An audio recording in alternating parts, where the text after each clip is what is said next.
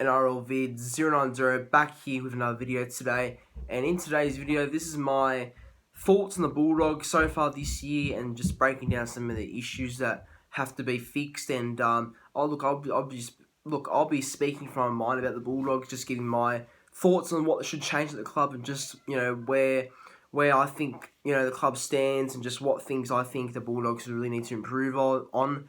And I want to see the Bulldogs go well because I like the Bulldogs. I mean, I go for Manly, but I think Bulldogs are a good club, a very proud club with a lot of good fans. And it kind of sucks to see them in this shape. Running last, not much going for them. Very poor start to the season, and it's been a really tough couple of years for the Bulldogs as well. So it's been a tough couple of times for them, but we'll see. About the thing is, the only way is up for the Bulldogs at this stage. So we'll see.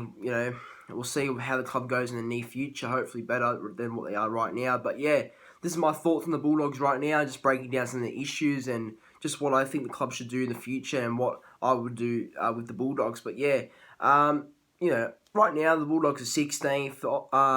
They're running last. They're clear wooden spoon favourites. I feel like the club's lacking a lot of confidence. I think the club doesn't have that much confidence at the moment. Whenever the Bulldogs play, they don't really seem to do very well. They seem to look very delusional in attack. They seem to look very confused whenever they have the ball. They don't really attack a certain way. Like you look at the good teams, for example, like the Storm and the Rabbitohs and teams like that. They all attack very well. They look dangerous every time. They're all the top teams, and you don't really see the Bulldogs like that at all in terms of attacking that. Even their defence is still shocking as well. I mean, they still leak a lot of points against teams like, they leak points against a lot of teams. I mean, they're like, for the first half, they're usually in the game, but then around the end of the second half, they just leak points, and it's like they're giving up on the game already after 40 minutes of playing time, It's not good enough, and it's definitely something that has to be looked at and addressed because the Bulldogs need to play for 80 minutes, not 40 minutes or 50 minutes or 30 minutes, none of that. There has to be 80-minute performances that have to be consistent, and if the Bulldogs can be consistent, they can and play for 80 minutes, they'll be a better team. But they've got a lot of issues with their confidence in the way they play. But it's obviously the Bulldogs don't have the best roster. They don't have the best roster. They're obviously still in that building sort of phase. I mean, they're like the Broncos at the moment. Like, they're just building as a team. Don't expect the Bulldogs to really do much until 2023, 2024 at best, probably. That's in my opinion only. Look, they're still building as a club. They're still going to have to try and find, those sort of players that can support Kyle Flanagan, who's a young half, and he's obviously down in confidence at the moment. Like, if you can tell by his interview recently, I think it was yesterday, Kyle Flanagan's interview with Danny Weiler from 9 News and all that. He was obviously breaking down in tears. He was obviously upset they got dropped this week for the Bulldogs. But the thing is, I honestly think he shouldn't be crying at all, Kyle Flanagan. I think it's not necessary that he should cry. He should know that this year the Bulldogs won't do much this year. This is the year the Bulldogs it's a year the Bulldogs will be growing together as a team. It's just a year that they have to, just try their best in and try and be more tight as a group. Just try and do their best every week, because he should know that the Bulldogs are not going to be a contender this year. They're going to be more of a team that will probably struggle, unfortunately, and more of a team that will be in the building sort of phase and not expected to do very much until like 2023, 2024, around that sort of year. Obviously Kyle Flanagan's low on confidence and is not good.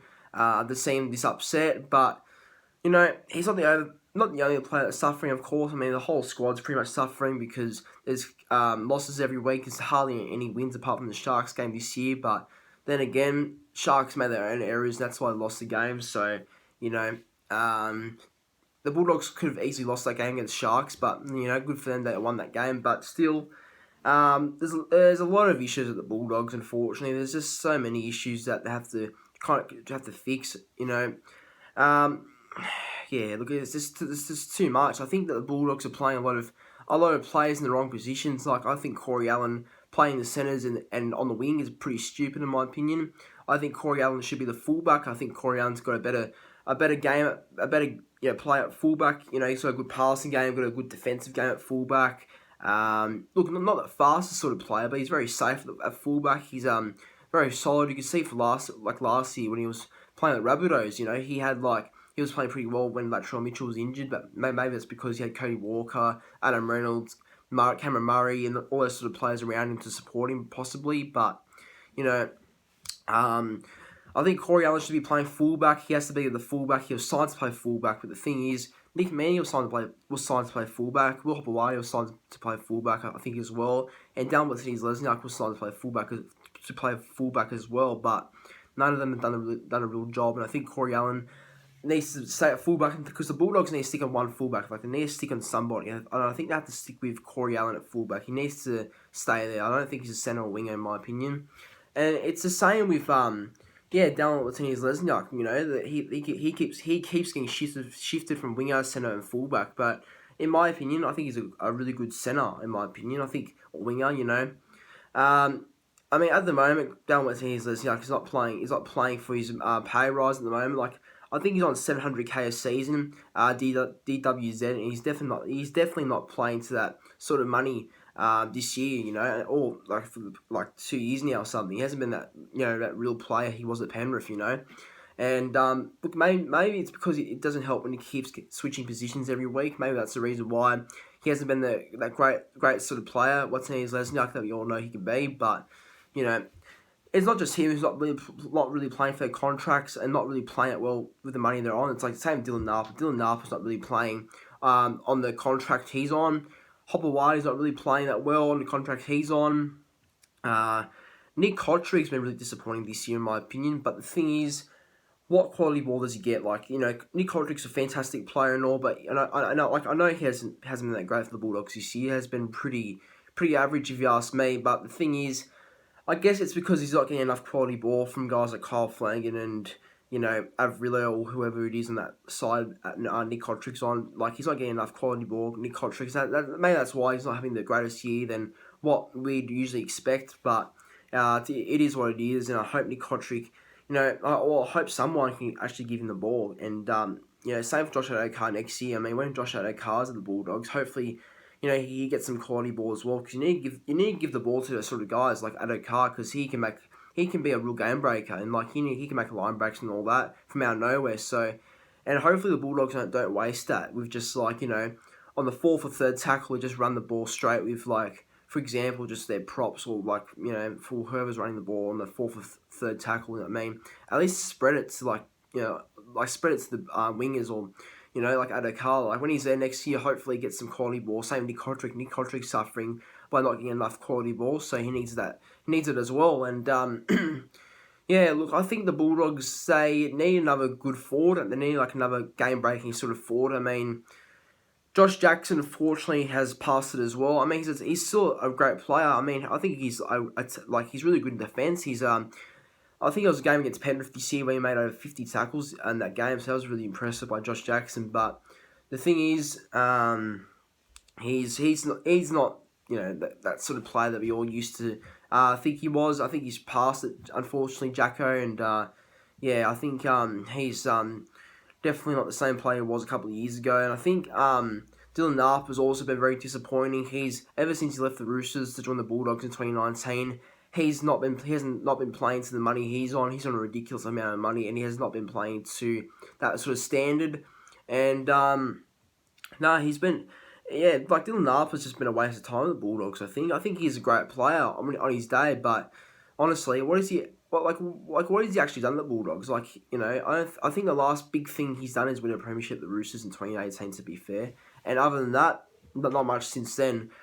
Let's talk of Jazz Tavaga and the Bulldogs on the Bulldogs radar at the moment. Jazz Tavaga could possibly go to the Bulldogs if they do get a signature from the Warriors, but that'd be a good signing. But then again, he's not really one of those marquee sort of forwards you need. He's not one of those top forwards. He's not a Josh Papali sort of player. He's not a Payne Haas sort of player. He's none of that Jazz Tavaga, but I guess if they do sign him, that would be pretty good because he can cover hooker and back row and all that and lock. So it wouldn't be a bad signing if they got him, but they need more than that, obviously. But another issue with the Bulldogs is that the hooker position. Now, the hooker position is so vital. You can see how vital it is. I mean, at the moment, their hooker is Sione Katoa because Jeremy Marshall-King is still injured with a foot injury, so he's not available yet. But Sione Katoa, he's been playing hooker, and to be fair, he hasn't been that good. His defense is shocking in the middle. You can see how many missed tackles he's made in the middle.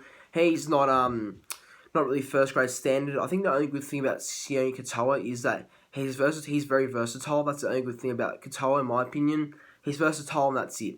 And doesn't really have much of a running game from dummy half. Doesn't really have much of that ball playing game, and his defense is not up to scratch either for a first grader. So he's shouldn't be the hooker going forward, in my opinion. I mean, the hooker the Bulldogs should have going forward is obviously Brandon Smith. Like, if they can get Brandon Smith, that'll be very good for the Bulldogs to get Brandon Smith. But if they don't get him, I reckon Brad Dietz is the future of the Bulldogs, I reckon. Now, Brad Dietz is like 27, 26. He's obviously a late bloomer to debut. He's obviously, a little bit late to debut, but that's all right because he's still got a couple of years left in him. I'd say about another six years at best. He has in him or something like that. I don't know, but Brad Dietz has actually been pretty good, in my opinion, for the Bulldogs. Off the bench, you could see whenever he has the ball, it looks dangerous because he runs from dummy half. He's a bit like Damien Cook, runs the ball, looks dangerous, gets the defence nervous. And when you think about it, does Sione Katoa for the Bulldogs really get the defence nervous? Not really, because he doesn't run the ball, doesn't really do anything that really makes the defence worried. But when you look at Brad Dietz, when he runs from dummy half, and just runs at the line, it looks dangerous because the defence is worried what he could do. He could make a line break from just running from dummy half, pretty much, Brad Dietz, because he looks fast. He not the biggest player, but he's got some speed and he looks very decent. Gives good service from dummy half and what it looks like. And yeah, that's the thing that the Katoa's lacking quite a bit, I reckon. But look, the hooker position is obviously a tough one for the Bulldogs, but I reckon if they don't get Brandon Smith, they should put some faith into Brad Dietz, because I think Brad Dietz has got a lot of potential to be a great player. So hopefully they can give him more game time if they can, and even start him. Like, I don't think his impact off the bench will be good because of maybe if Katoa gets tired, he'll come on and bring some energy, Brad Dietz. But I think he should be starting because of the way he's playing. I think he's a starting sort of player, in my opinion. And look, also just another issue with the Bulldogs is that they don't really know how to, they don't really have that sort of team, unfortunately. Like, they don't have the roster to obviously be a fantastic team. I mean, look, they have a couple of great players. I mean, some of their great players are like Nick Kotrick when he's on, but he's been pretty average, to be fair, this year. Another great player for the Bulldogs is, look, it's hard to think, but another great player is Luke Thompson. I think you give Luke Thompson more time, and he'll be one of the best front rowers in the game, in my opinion. Now, that's a big call for me, saying that Luke Thompson could be one of the best front rowers in the game. But look, that's in my opinion, because I think give him more time, and he will be one of the best front rowers in the game. Because I look at his Super League highlights, and he was an absolute gun over there. He's a bit like a young James Graham, sort of, Luke Thompson. And I honestly think he should be, definitely starting for the Bulldogs. Like, he's not a lock, because I think the Bulldogs this year play him at lock and off the bench, but he's definitely none of that. He's a prop who brings a lot of grunt, a lot of strength for that Bulldogs team and pack. So they got to keep him in the front row. Luke Thompson, he's a fantastic player, and despite Bulldogs, being only like 1-8 losses to start the year, he's been one of their best players, I reckon, Luke Thompson, because he competes every week. He's a tough player, and he's got a good little offload in him. And he's a good player, Luke Thompson. He's a very quality player who plays for Great Britain and England. So he's got to obviously keep his spot in the team, and he has to start at prop rather than be on the bench or at lock every week, like the Bulldogs have done previously with him, which is wrong. And they've got some good young players as well, like Tui Katoa for the Bulldogs. Like, he's a good player, got a bit of speed, and he doesn't look too bad as a prospect, Tui Katoa. Now, Renouf Tony's pretty good. I've always seen potential Renouf Tony. He's a big body who takes on the line pretty well. He's a pretty strong player, Renouf Tony, and he's also been one of their best players as well. Like, since Josh Jackson's been out recently with a calf injury, he's been playing lock in the middle, Renouf Tony, and I'll tell you what, he's done a pretty good job. He has done a good job, Renouf Tony. He's been been very solid, I think, as well. Because, I mean, there's a lot of expectation replacing your own captain because Jackson's the captain of the Bulldogs, and to see him out is obviously tough for the Bulldogs, having no real leader out there. But, you know, I reckon Renouf Tony's done a good enough job to replace him, and I think he's done enough to keep a spot in the team somewhere. I think that Tony's the future of the Bulldogs, and hopefully he gets more game time in first grade from them. But, you know, the Bulldogs, they just need to sign some better players. I mean, personally, I think they need a better forward. I mean, they're like a game-breaking sort of forward. Like, for example, a Payne Haas sort of player, a Josh Papali sort of player, like a Brandon Smith sort of player, or like, you know, just one of those sort of players, you know. David Clemmer's on the market. I think maybe they should try and get him back, but I don't know how much it would cost. But look, you know what I mean. They need like one of those international sort of forwards who, you know, who's always consistent, very strong, and they need one of those players apart of Luke Thompson. I think get Dylan Napa out of the team. Dylan Napa is nothing but washed up. Yeah, in my opinion, get him out of the team. Send him back to the Roosters if you really have to, because he's done nothing since he's joined the Bulldogs. And I think with his money, you try to go for a more of a quality sort of forward, I don't know, like maybe at the caliber of Payne Haas or something like that. They need that sort of game breaking forward, the Bulldogs. I think Luke Thompson is a really good forward.